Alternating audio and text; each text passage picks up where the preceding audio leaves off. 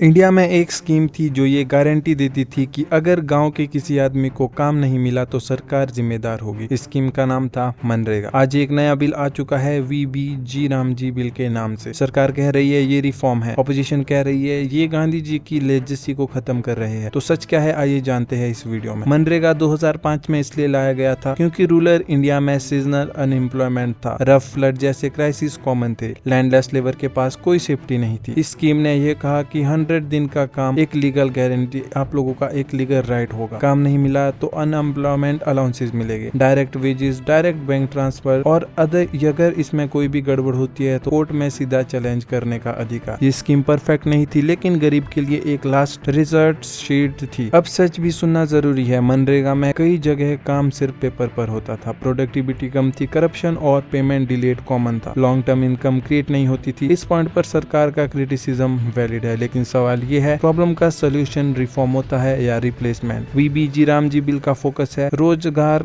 मजदूरी से बाहर निकालना, skill development, SHG, micro enterprise, self employment, long term livelihood बनाना। सरकार के शब्दों में सिर्फ काम देना काफी नहीं है, कैपेबिलिटी देनी होगी। सुनने में यह मॉडर्न लगता है लेकिन डिटेल में रिस्क छुपा हुआ है। मनरेगा में रोजगार का मतलब था कानूनी अधिकार, वीबीजी रामजी में रोजगार का मतलब है पॉलिसी ऑब्जेक्टिव। इसका मतलब फिक्स 100 दिन की गारंटी नहीं, अनएम्प्लॉयमेंट अलाउंसेस क्लियर नहीं, स्टेट की लीगल जिम्मेदारी कम होना। यहीं से ऑपोजिशन का विरोध शुरू होता है। मनरेगा सिर्फ एक स्कीम नहीं थी, ये गांधी जी के नाम से जुड़ी थी। Dignity of labour, state responsibility थी और मिनिमम सर्वाइवल गारंटी थी। ऑपोजिशन का कहना है इस बिल के साथ सरकार सर्वाइवल को भी मार्केट पर छोड़ रही है, इसलिए लेगेसी का आर्ग्यूमेंट दिया जा रहा है। वीबीजी रामजी मॉडल बोलता है ट्रेनिंग लो, एंटरप्राइज शुरू करो और मार्केट से जुड़ो, पर रियलिटी कुछ और है। हर कोई एंटरप्रेन्योर नहीं होता है, हर गाँव में मार्केट नहीं होती है। बुजुर्ग, डिसेबल, लैंडलेस लेबर का क्या होगा? अगर बिजनेस फेल हुआ तो लोन गरीब का होगा, रिस्क गरीब का होगा और लॉस भी गरीब का होगा। स्टेट सिर्फ फैसिलिटेटर बन जाता है। प्रेसिडेंट के असेंट से अब जो है ये बिल लॉ में बन चुका है। रूल्स एग्जीक्यूटिव बनाएंगे और सेफगार्ड रूल्स पर डिपेंड करेंगे, इसलिए इम्प्लीमेंटेशन सबसे क्रिटिकल होगा। मनरेगा इनएफिशिएंट था लेकिन प्रोडक्टिव था। वीबीजी रामजी बिल एस्पिरेशनल है लेकिन अनसर्टेन है। ये सवाल आइडियोलॉजी का नहीं है, ये सवाल रिस्पॉन्सिबिलिटी का है। जब सिस्टम फेल करेगा तो जिम्मेदारी किसकी होगी? अगर जवाब गरीब की है तो रिफॉर्म सिर्फ नाम का है।